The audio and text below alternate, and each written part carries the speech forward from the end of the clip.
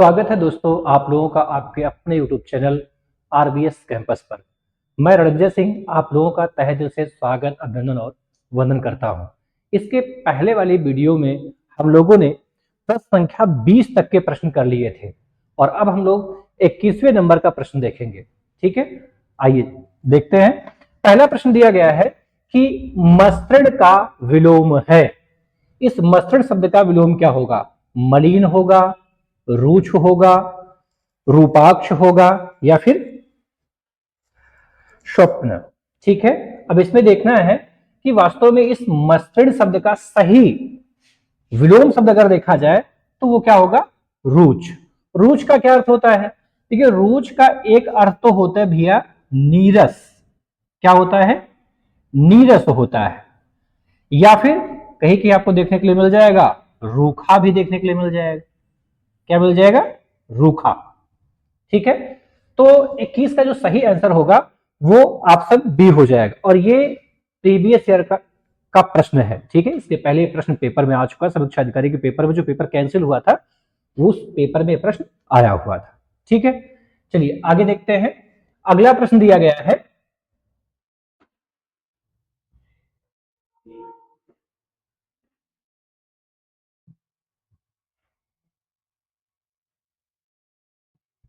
चलिए अगला प्रश्न जो दिया गया है 22 नंबर का प्रश्न वो दिया गया है, ध्यान से इसको पढ़ेंगे हम। साहचर्य शब्द का सटीक विलोम है। साहचर्य का अर्थ पहले जानिए। साहचर्य का क्या अर्थ होता है? साथ चलने वाला। क्या अर्थ होता है भैया? साथ चलने वाला। साथ चलने वाला। यदि आपको अर्थ पता होगा तो उसके विलोम शब्दों के चुनाव में आपको सहायता मिलेगी। इसलिए मैंने इसके पहले वाली क्लास में भी आपसे कहा था कि शब्दकोश मजबूत करिए। आपका जो पेपर है उस पेपर में जो आपके सिलेबस के अंतर्गत जो टॉपिक निर्धारित किए गए हैं उन टॉपिकों को अगर आप ध्यान से देखेंगे तो उसमें पूरा पूरा खेल जो है किसका है? वो केवल शब्दकोश का। जितना बेहतर आपका शब्दकोश होगा उतना बेहतर तरीके से आप प्रश्नों को सॉल्व करेंगे। तो साहचर्य का क्या अर्थ होता है भैया? साथ चलने वाला। अब इसमें कोई ऐसा ऑप्शन आपको चुनना है जो इसका ठीक उल्टा अर्थ प्रकट करता हो, तो वो क्या है? अलगाव। क्या है? अलगाव। अलगाव माने क्या होता है?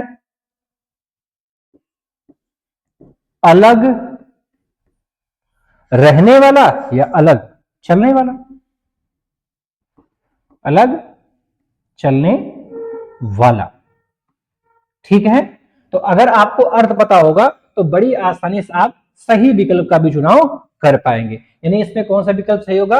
ऑप्शन नंबर आपका डी सही होगा। ठीक है, चलिए अब अगला प्रश्न देख लेते हैं। अगला प्रश्न दिया गया है प्रश्न संख्या 23 नंबर का ना। प्रश्न संख्या 23। देखिए प्रश्न संख्या 23 क्या दिया गया है? दिया गया है कि निम्नलिखित में से विलोम शब्दों का अशुद्ध रूप, ध्यान रहे अशुद्ध युग्म खोजना है आपको, शुद्ध नहीं अशुद्ध। इसमें से एक अशुद्ध वही देखना आपको। देखो दिया गया है स्तुत्य, क्या? निब्ध। और क्या दिया है? शीर्ष। शीर्ष का क्या दिया गया है? तल। और अगला दिया गया है अपराधी का क्या दिया गया है? निरपराधी। और अगला दिया गया है अवशेष। अवशेष का क्या दिया गया है? अशेष। ध्यान रहे अशेष का वास्तव में सही विलोम होता है शेष। अशेष का सही विलोम क्या होता है? शेष। यानी विलोम शब्द के दृष्टिकोण से अगर देखा जाए तो इसमें ये ऑप्शन नंबर डी जो दिया गया है ये क्या है? गलत है। बाकी सब सही है ना? बाकी सब क्या है?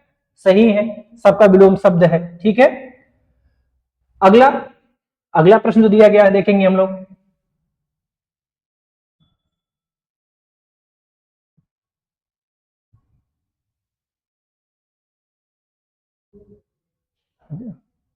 चलिए अगला प्रश्न जो दिया गया है 24 नंबर का प्रश्न है ना। प्रश्न संख्या 24। इस पर क्या दिया गया? ध्यान से देखेंगे।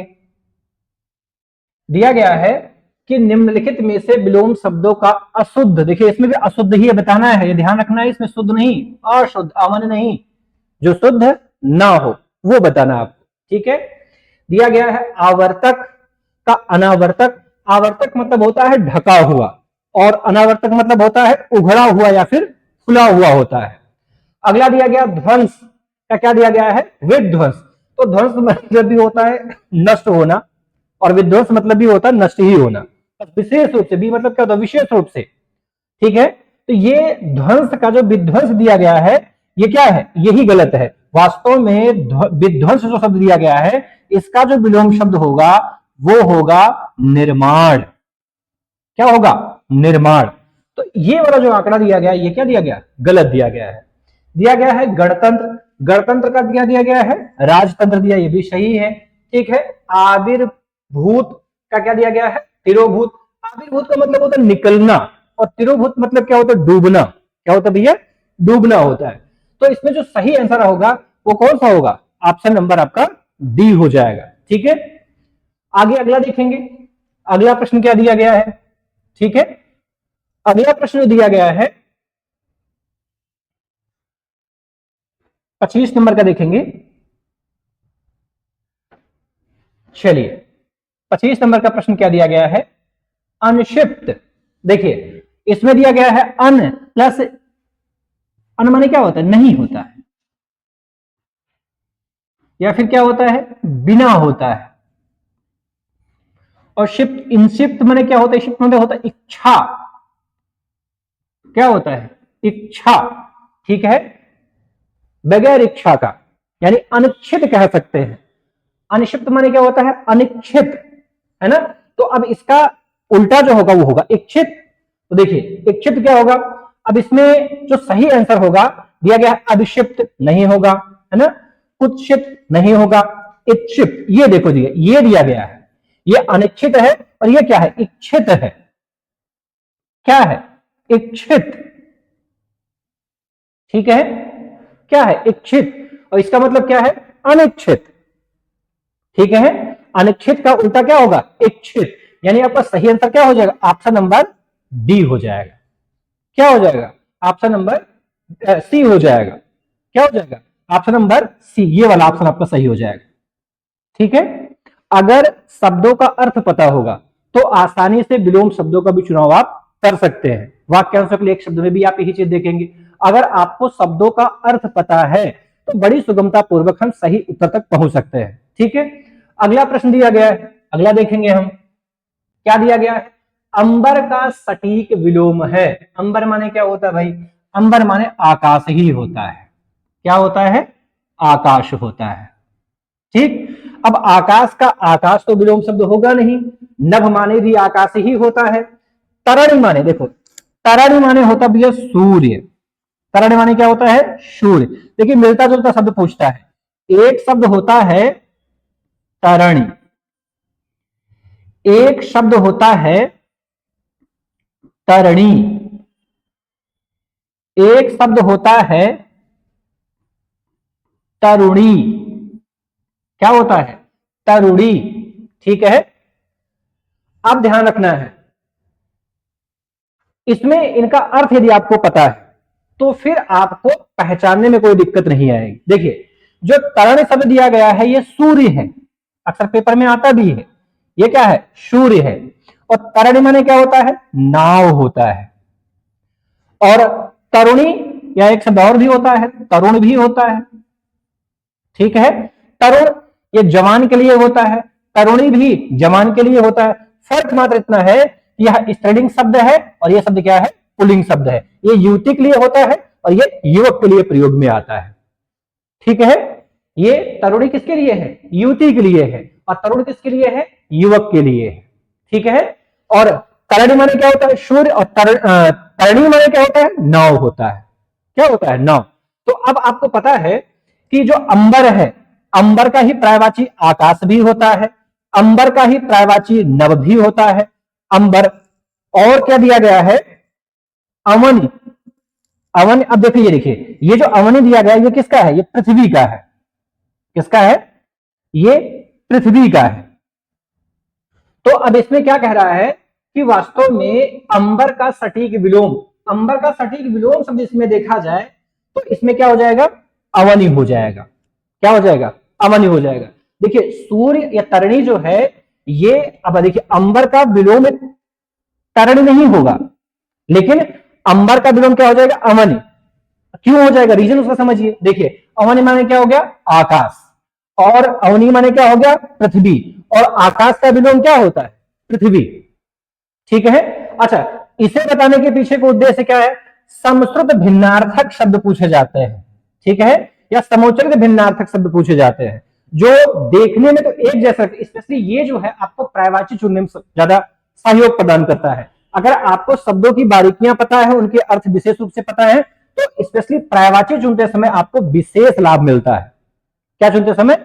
आप जब पर्यायवाची शब्दों का चुनाव करते हैं तो आपको विशेष लाभ मिलता है। आपको यही ध्यान देना होता है कि अगर छोटी ई की मात्रा है तो समझो वो सूर्य के लिए है, और बड़ी ई की मात्रा का प्रयोग कर दिया गया तो किसके लिए है? नाव के लिए।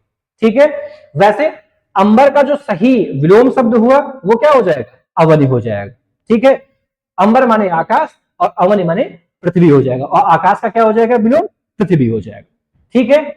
चलिए अगला देखते हैं। अगला दिया गया है 29 नंबर का प्रश्न। भैया 29 नंबर का प्रश्न क्या दिया गया है?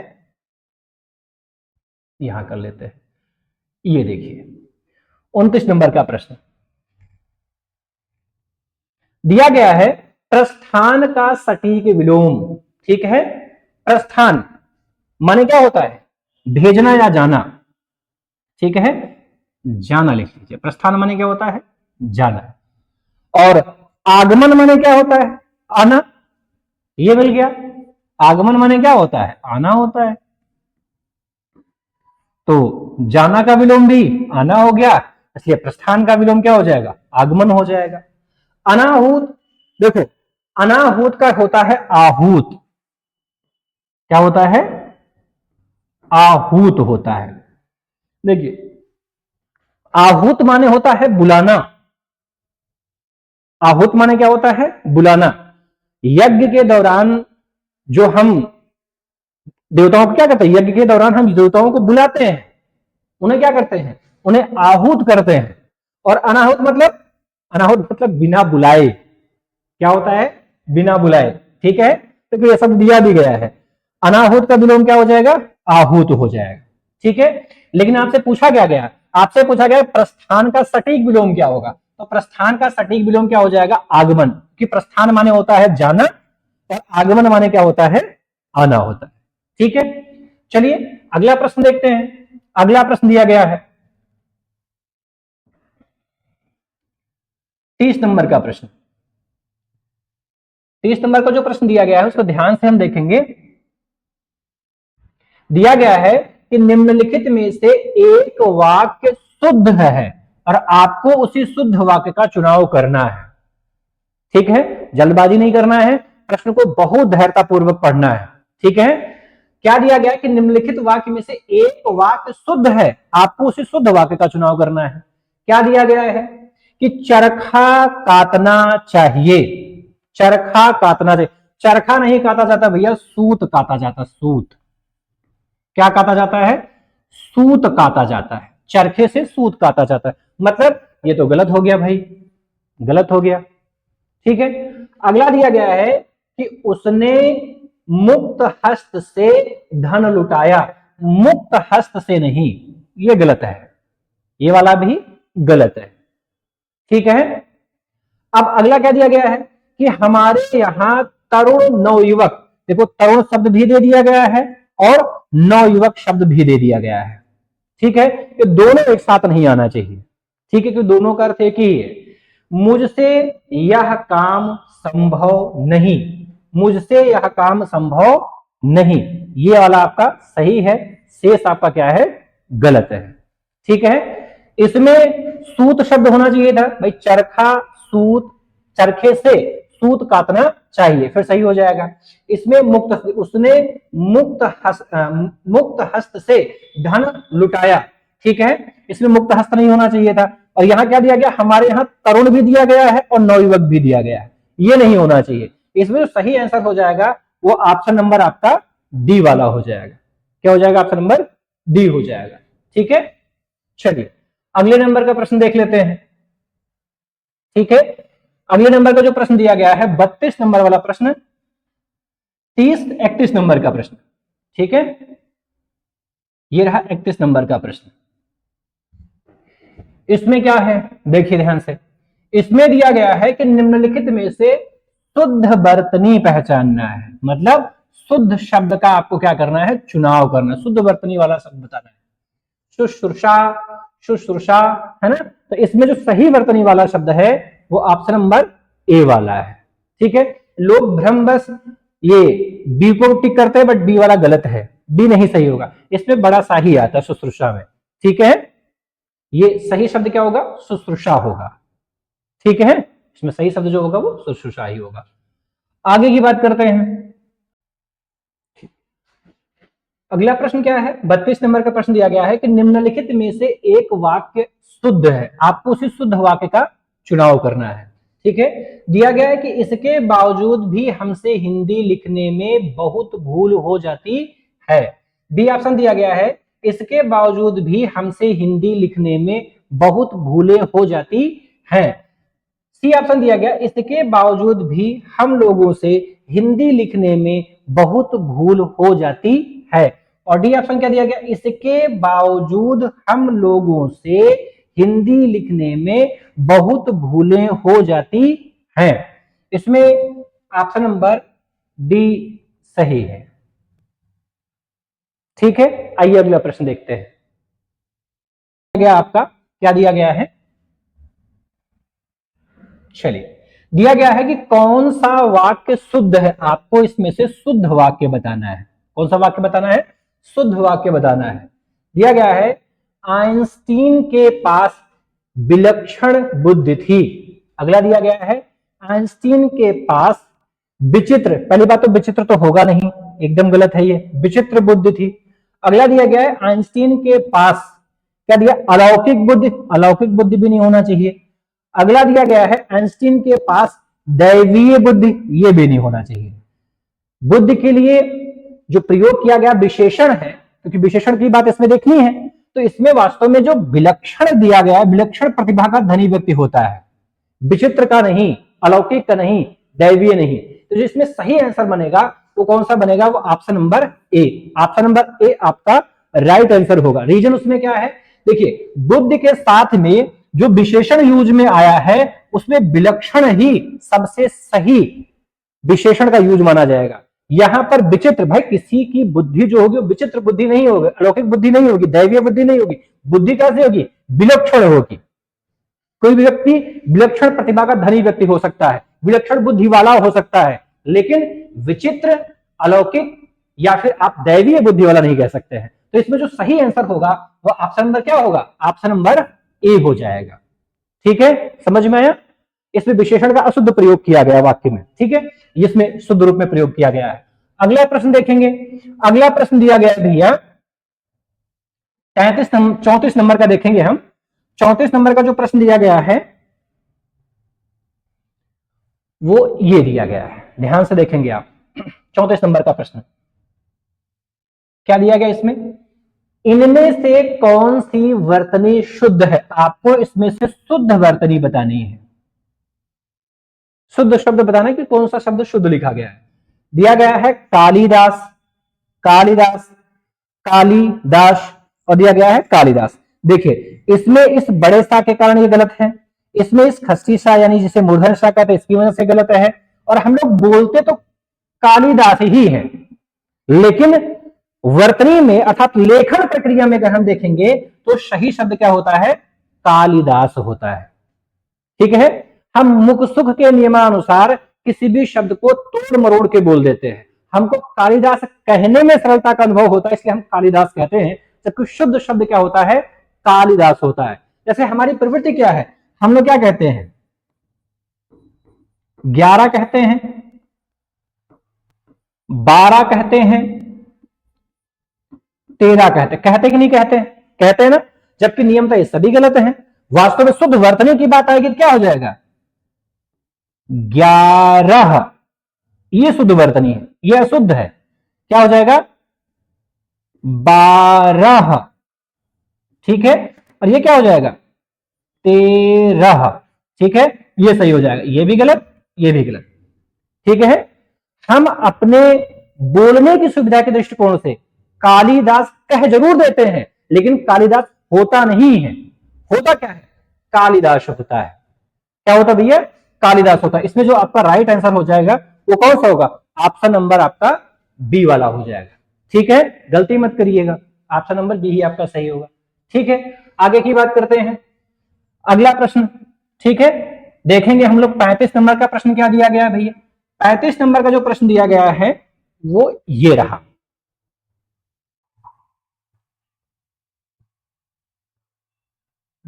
चलिए इसमें देखेंगे, दिया गया है कि निम्नलिखित में से अशुद्ध, इस बार शुद्ध नहीं चुनना है, अशुद्ध चुनना है। आ माने क्या होता है? आ का मतलब ही होता है नहीं, अर्थात जो शुद्ध नहीं है वही तो अशुद्ध हुआ। इसमें से अशुद्ध करते जो अशुद्ध लिखा वो आपको देखना है।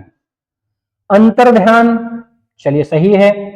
सदृश, नरक और तदुपरांत, तो नरक भी सही है। देखिए ध्यान दीजिए, कुछ लोग गलती से कह देते हैं नर्क, बेटा ये नर्क रूप गलत है, नर्क गलत है, लेकिन नरक रूप क्या है? सही है। ठीक है, तदुपरांत तो एकदम सही दिया ही गया है। ठीक है, और अंतर्ध्यान यह भी शब्द क्या दिया गया है? सही दिया गया है। इसमें अशुद्ध क्या है?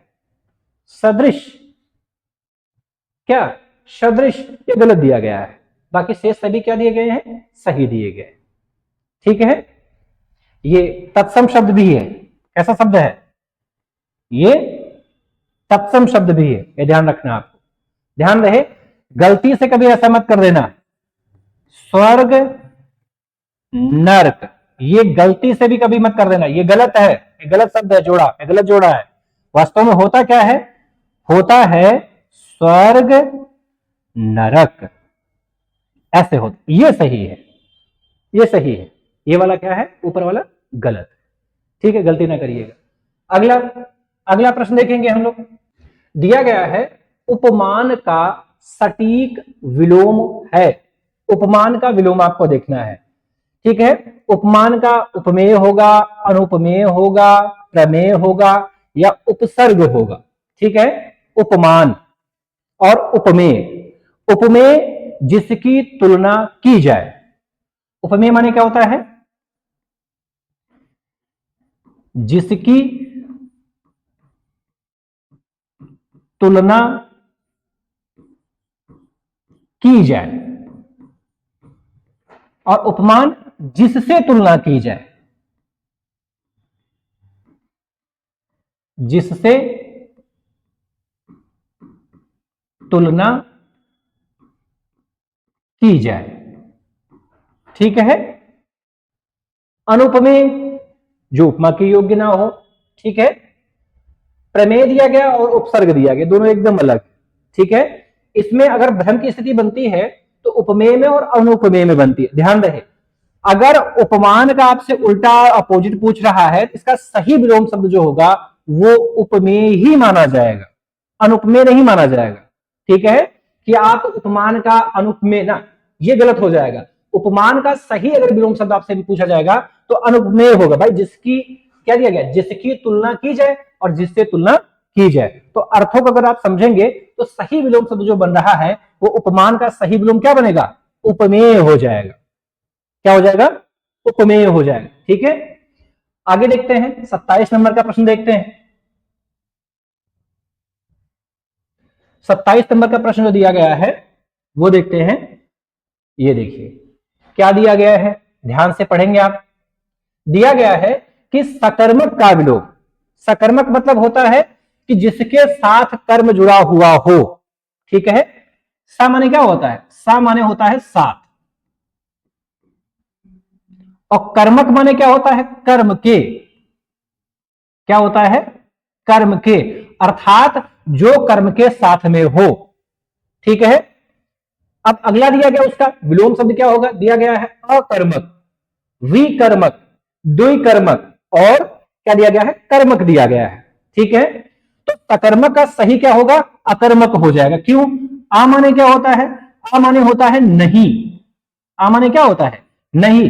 कर्मक माने क्या होता है? कर्म के। क्या भैया? कर्म के, अर्थात जो कर्म के साथ हो वो तो सकर्मक, और जो कर्म के साथ न हो वो क्या होता है, अकर्मक होता है। तो अगर आपको शब्दों का अर्थ पता है तो आपको विलोम शब्दों को चुनने में कोई दिक्कत नहीं आएगी। सकर्मक माने क्या होता है कि जिन क्रियाओं के साथ कर्म जुड़ा हुआ होता है उन्हें हम सकर्मक कह देते हैं, सकर्मक क्रिया कहते हैं, और जिन क्रियाओं के साथ कर्म नहीं जुड़ा हुआ होता है उन्हें हम क्या कहते हैं, अकर्मक कह देते हैं। क्या कहते हैं, अकर्मक कहते हैं। तो सकर्मक का जो सही विलोम बनेगा वो सही विलोम क्या बनेगा, वो बनेगा अकर्मक। क्या बनेगा, अकर्मक बनेगा। ठीक है, चलिए अगले प्रश्न की तरफ चलते हैं। अगला प्रश्न जो दिया गया है, चलिए अगला प्रश्न दिया गया है 36 नंबर का प्रश्न दिया गया है कि निम्नलिखित में से अशुद्ध वर्तनी आपको, ठीक है, अशुद्ध वर्तनी का आपको चुनाव करना है। इसमें अशुद्ध वर्तनी जो होगा वो दिया गया है सौंदर्य वर्धक दिया गया है, प्रज्वलित दिया गया है, केंद्रीय दिया गया है और शिक्षणेतर दिया गया है। तो इसमें ये सारे ऑप्शन सही है। इसमें जो ऑप्शन नंबर ए दिया गया है सौंदर्य वर्धक, ठीक है, यहां पर या प्रत्यय है और वर्धक, ये दो एक साथ प्रयोग में आ गया है, इसलिए ऑप्शन नंबर ए आपका क्या हो जाएगा, इसमें वर्तनी के दृष्टिकोण से क्या है, अशुद्ध शब्द दिया गया है। तो इसमें सही आंसर जो हो जाएगा वो ऑप्शन नंबर ए। बाकी सभी शब्द आपको जो दिए गए हैं वो क्या दिए गए हैं, सही दिए गए। ठीक है, अगला प्रश्न देखेंगे, अगला प्रश्न देखेंगे 37 नंबर का प्रश्न दिया गया है। 37 नंबर का प्रश्न दिया गया, ध्यान से आप देखेंगे, दिया गया कि निम्नलिखित में से एक शुद्ध वाक्य है, आपको उसी शुद्ध वाक्य का चुनाव करना है। दिया गया है मैं सारी रात भर जागता रहा, सारी रात भर जागता रहा। आगे दिया गया है बच्चा चीख चीख कर रो रहा था। अगला दिया गया है यद्यपि वह आएगा तथापि मैं जाऊंगा। अगला क्या दिया गया है, चूंकि घर जाता है अतः मैं सामान लेते आऊंगा। मैं आपको शुद्ध वाक्य का चुनाव करना है। तो इसमें जो शुद्ध वाक्य दिया गया है वो वास्तव में क्या दिया गया है, ऑप्शन नंबर सी वाला जो दिया गया है वो शुद्ध है। शेष क्या है, अशुद्ध दिया गया है। शेष क्या है, अशुद्ध दिया गया है। ठीक है, अगला प्रश्न देखेंगे। अगला प्रश्न दिया गया है प्रश्न संख्या 38। प्रश्न संख्या क्या है, 38। 38 में क्या दिया गया है, प्रश्न संख्या 38 में दिया गया भैया कि निम्नलिखित में से एक क्या है, शुद्ध वाक्य। आपको शुद्ध वाक्य का चुनाव करना है। दिया गया है कि आपकी सौभाग्यवती कन्या का विवाह होने जा रहा है। अगला दिया गया है इस समय आपकी अवस्था 40 वर्ष है। अगला दिया गया भावी परीक्षा में आप सम्मिलित हो रहे हैं। ठीक है, आपके वैवाहिक समारोह में सम्मिलित न होने पर मैं बहुत शोककुल हूं, बहुत शोकाकुल हूं। तो इसमें आपसे क्या कर रहा है, आपको शुद्ध वाला बताना है। इसमें जो शुद्ध है वो क्या है, ऑप्शन नंबर बी, इस समय आपकी अवस्था 40 वर्ष है। ये क्या है, शुद्ध दिया गया है। ठीक है, अगला प्रश्न देखेंगे। अगला प्रश्न जो दिया गया है वो प्रश्न संख्या 39। प्रश्न संख्या 39 क्या दिया गया है भैया, प्रश्न संख्या 39 में दिया गया है, ध्यान से इसको भी देखेंगे हम। दिया गया निम्नलिखित में से एक शुद्ध वाक्य है, आपको उसी शुद्ध वाक्य का क्या करना है, चुनाव करना है। दिया गया साहित्य और जीवन का घोर संबंध है, घोर संबंध है। आगे क्या दिया गया है कि अनुच्छेद 370 हटाने में सरकार के सलाहकारों ने बहुत चालाकी दिखाई। ठीक है, अगला क्या दिया गया है कि मुख्यमंत्री जी ने 22 करोड़ पौध रोपण करवाया, पौध रोपण करवाया। अगला दिया गया है कृष्ण पीला पीतांबर, ये पीला पीतांबर, ठीक है, इसकी वजह से गलत हो जा रहा है। और ये चालाकी दिखाई, इसकी वजह से भी गलत हो जा रहा है। घोर संबंध है, इसकी वजह से भी गलत हो जा रहा है। अर्थात इसमें सही होगा वो ऑप्शन नंबर आपका सी हो जाएगा। शेष तीनों विकल्प आपके क्या है, गलत है। आपको शुद्ध का ही चुनाव करना है, इसलिए आपका राइट आंसर क्या हो जाएगा, ऑप्शन नंबर सी हो जाएगा। कौन सा हो जाएगा भैया, ऑप्शन नंबर सी हो जाएगा। अगला प्रश्न देखेंगे। अगला प्रश्न दिया गया है 40 नंबर वाला प्रश्न देखेंगे। 40 नंबर का जो प्रश्न दिया गया है वो ये रहा। ठीक है, क्या दिया गया है, ध्यान से पढ़ेंगे। दिया गया है कि निम्नलिखित में से शुद्ध वर्तनी वाला शब्द है। इसमें शुद्ध वर्तनी किसका है? ठीक है, दिया गया है मनीषी, मनीषीगण, मंत्रीवर, मिष्टान, और क्या दिया गया है, यश लाभ।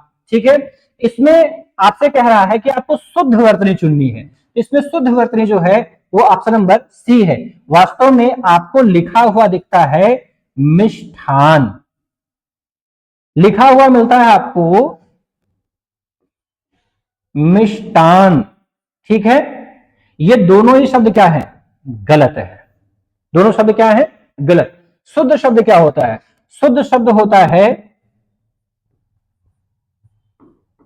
मिष्टान। क्या होता है भैया? मिष्टान होता है।